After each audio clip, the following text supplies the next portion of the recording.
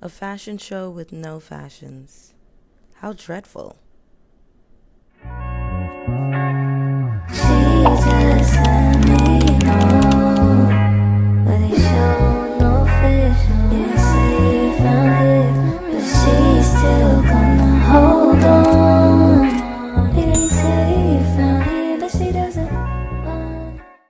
What's up, everybody? It's your girl Bonnie Scotch. Thank you so much for clicking on my video. I wanted to bring you a recap for Real Housewives of Potomac.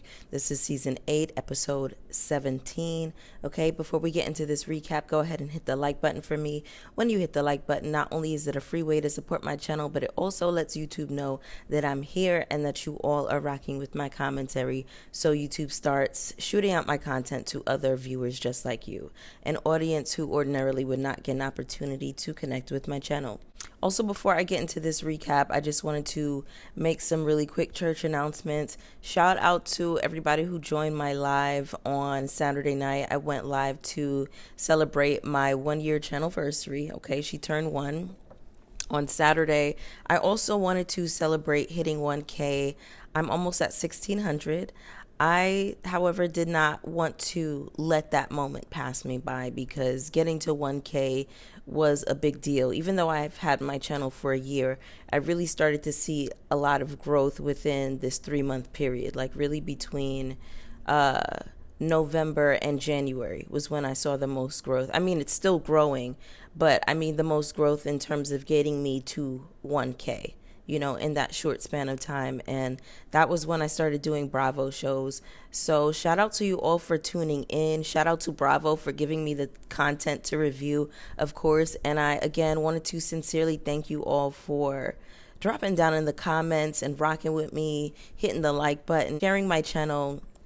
It's been a really incredible experience. So, yeah, what else did I have to say? Side note, did you all watch What Happens Live?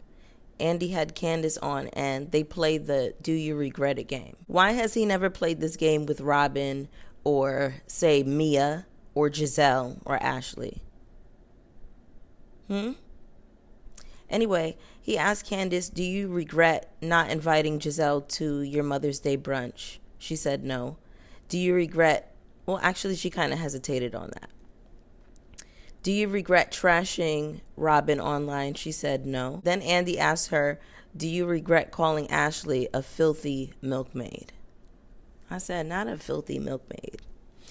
One thing about Candiace, she gonna have a read for the girls. That's why they really be mad at her. And people have been saying this online for a few weeks, but Giselle doesn't want to talk to Wendy or Candiace because she knows she's not smart enough to go against them in a verbal spar. That's really what it is. It eats her alive that these darker girls are smarter than her, more accomplished than her, and she's not a match for their wits or intelligence. Also, they have loving husbands, so of course Giselle hates that.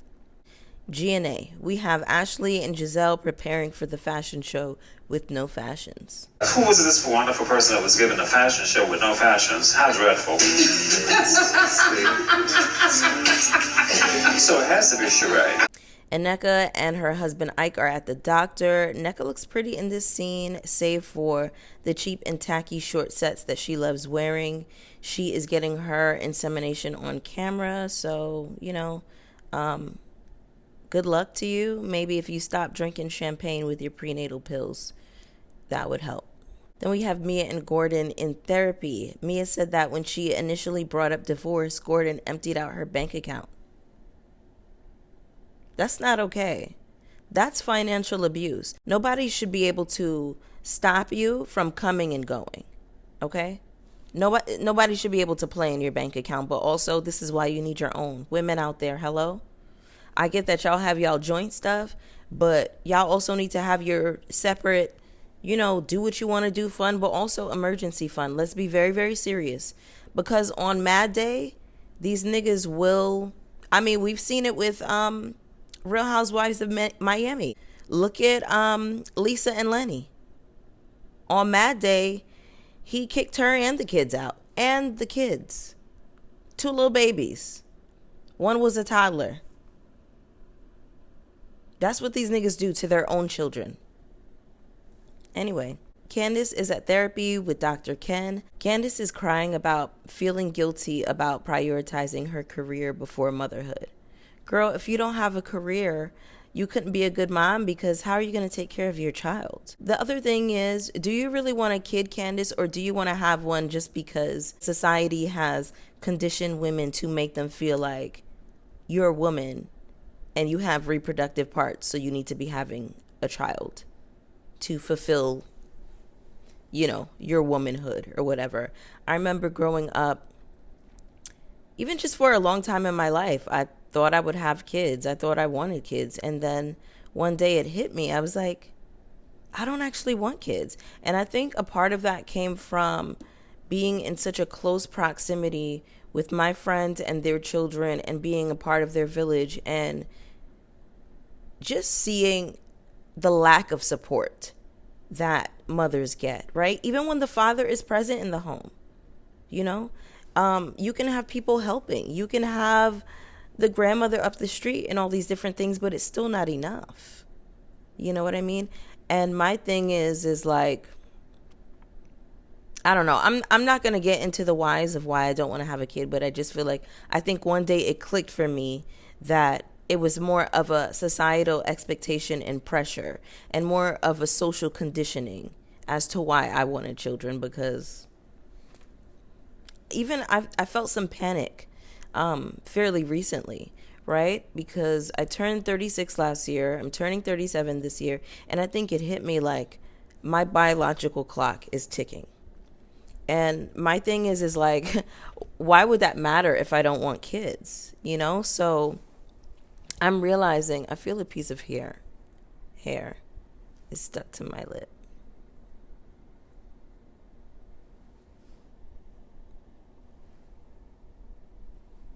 Okay, I got it.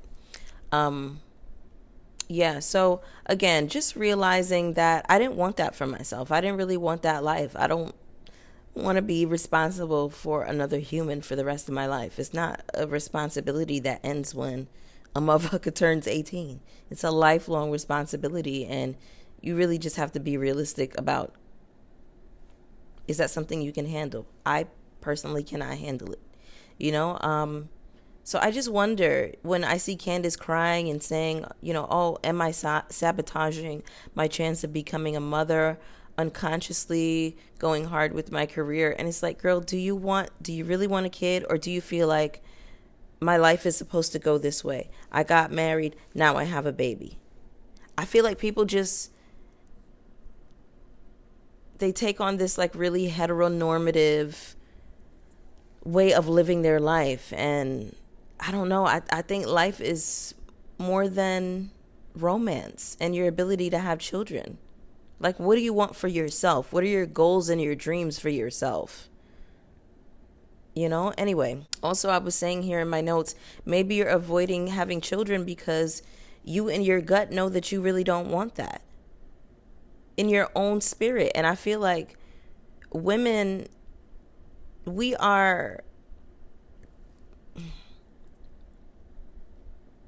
I feel like we live in a world that facilitates women talking themselves out of their gut and going against their instincts and their intuition, if that makes sense. I just don't get why you want to put yourself through all this strife. Have the baby or don't have it, you know? All the women get together at a lounge. Mia is facilitating a photo shoot with the editor of Monarch magazine. Apparently, this is a very prominent magazine in the DMV. They want to highlight women who are trailblazers. Side note, when everybody showed up, you know, to kind of have this meeting, everybody looks really good today except for Giselle. She always looks cheap and tacky. You're on a show, Giselle. I need you to remember that when you come on camera sometimes. So we have Candiace as Diana Ross, Giselle as Beyonce, Karen as Lena Horne, Ashley as Dorothy Dandridge, Mia as Pam Grier, which didn't make sense, Wendy as Cheryl Lee Ralph, and Robin as Mariah Carey. Robin and her tenant are looking at a space for Glow 30.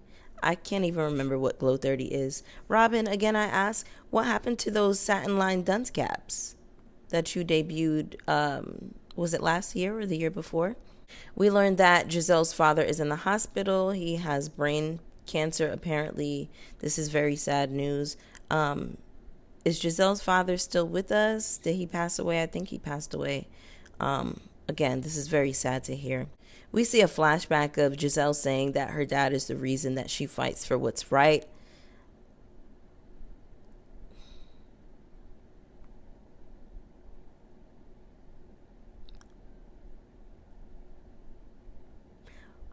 When, Giselle, have you ever fought for what was right? I have never seen you fight for what is right on this show. If anything, I've always seen you 100% leading the charge on the side of wrong. So if you get that from your father, girl, child, we was in the comments last week talking about Giselle. And actually, let me pull up the comment because I screenshotted it, child. Somebody said Jizzy has practiced that mean girl behavior since she was in elementary school. She couldn't change if her life depended on it. So there are a couple more replies in between that. I just screenshotted that. And that's from Followed by Goodness. And Carell replied that there is, I can't remember what was in between, what she said. I definitely replied. I said something. I replied to all of the comments. I'm at a place where, I don't have so many comments that I can't get to everything. But Carell replied to, I think this was my comment that he was replying to. He was saying that there's a video on YouTube giving a breakdown of her and her daddy's behavior. He ran for office alongside Barbara Jordan and called her Aunt Jemima.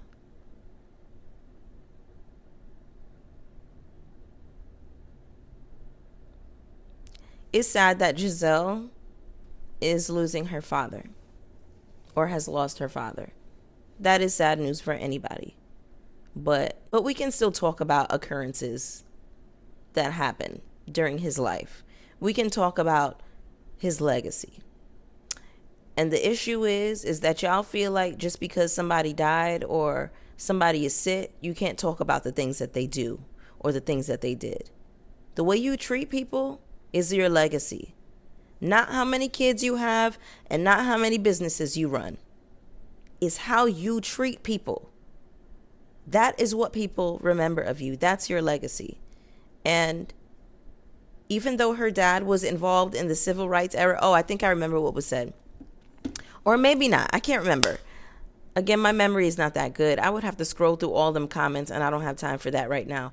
But something that I always say is that I'm surprised that we haven't heard any stories of people from the church coming forward to speak about Giselle, because I can't imagine that she was any good of a first lady. I know she was giving them people hell down to the pulpit, okay? The apple doesn't fall far is what we're learning. Allegedly. Okay? But again, of course, it's always sad to lose somebody in the family, somebody that you love and that you care about. I'm not trashing the man. I'm just saying what was said to me. All right, so we get a clip of Wendy putting together her show, her talk show. Wendy is over the budget, and we see Eddie writing a $50,000 check for her. I said, I know that's right. That's a husband, honey. That's a man. That was very sexy to me. Mood. Period. Okay? Wendy's show looks very cute. She had like a panel style. She had the women. They were all dressed up. They look really good. We had April Ryan. I'm familiar with her on Twitter. She's like a political commentator. And the chick that owns and runs Jasmine Brand, the creator of Jasmine Brand, she was there. A few other ladies. I didn't write down their names. But everybody looked good. And the show looked like it was well lit. It looked like it was great. So shout out to Wendy. So now we're at the fashion show. Ashley actually looks good. Wendy comes in looking good. Giselle comes in looking tacky and a mess. Candiace looks great. Karen looks great. Kiarna looks good. Sharice got on a cheap wig and a cheap dress, as expected. Aneka looks cheap. Mia looks cheap and sporty. Wendy said congrats to Giselle, and Giselle hesitated to say, I appreciate it. I don't even know why Wendy speaks to her at this point. I don't know why you have to say anything to her, Wendy. I really like Wendy Osefo, but she disappoints me sometimes. I think it's so funny that whenever Deborah pops up on screen, Deborah aka Sesame Street, production plays this like ominous, scary type of music. That shit is so funny. Production is shady. Wendy is having a conversation with one of the girls on the side, and Sesame Street walks up and waves and hugs her.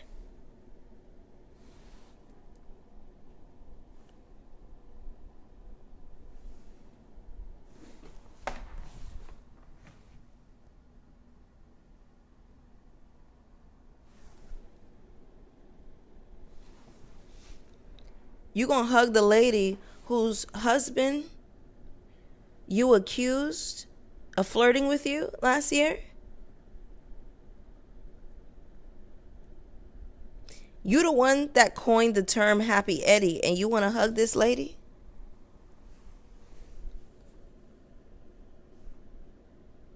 And Wendy, you let her?